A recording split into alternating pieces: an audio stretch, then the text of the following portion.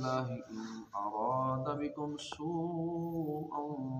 سوءا أو أراد بكم رحمة ولا يجدون لهم من دون الله وليا ولا نصيرا۔ تم فرماؤ اگر موت یا قتل سے بھاگ رہے ہو تو ہرگز تمہیں یہ بھاگنا نفع نہ دے گا، اور اس وقت بھی تمہیں تھوڑی سی دنیا ہی فائدہ اٹھانے کو دی جائے گی۔ تم فرماؤ وہ کون ہے جو تمہیں اللہ سے بچائے گا اگر وہ تمہارا برا چاہے یا تم پر رحم فرمانا چاہے، اور وہ اللہ کے سوا کوئی حامی نہ پائیں گے نہ ہی مددگار۔ ارشاد فرمایا کہ اے حبیب صلی اللہ علیہ وسلم، آپ ان اجازت طلب کرنے والوں سے فرما دیں کہ اگر تم موت یا قتل ہو جانے کے ڈر سے بھاگ رہے ہو تو اس کا تمہیں کوئی فائدہ نہیں ہوگا، کیونکہ جو مقدر ہے وہ ضرور ہو کر رہے گا۔ اس لیے اگر تمہاری تقدیر میں یہاں موت لکھی ہے وہ تمہیں آ ہی جائے گی، اور اگر یہاں تمہاری موت کا وقت نہیں آیا ہے تو بھی میدان جنگ سے بھاگ کر صرف اتنے ہی دن دنیا سے فائدہ اٹھا پاؤ گے جتنے دن تمہاری عمر باقی ہے، اور یہ ایک قلیل مدت ہے۔ تو تم تھوڑی سی مہم زندگی کے لیے اتنے بڑے گناہ کا بوجھ کیوں اٹھا رہے ہو؟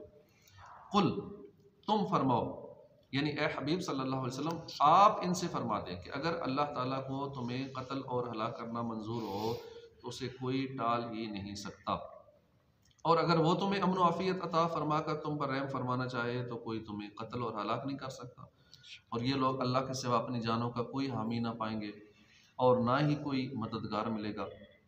قد يعلم الله المعوقين منكم والقائلين لإخوانهم هلم إلينا ولا يأتون البأس إلا قليلا۔ بے شک اللہ تم میں سے ان لوگوں کو جانتا ہے جو دوسروں کو جہاد سے روکتے ہیں اور اپنے بھائیوں سے کہتے ہیں ہماری طرف چلے آؤ، اور وہ لڑائی میں تھوڑے ہی آتے ہیں۔ یہ آیت منافقین کے بارے میں نازل ہوئی، اور ان کے پاس یہودیوں نے پیغام بھیجا تھا کہ تم کیوں اپنی جانیں ابو سفیان کے ہاتھوں سے ہلاک کرانا چاہتے ہو؟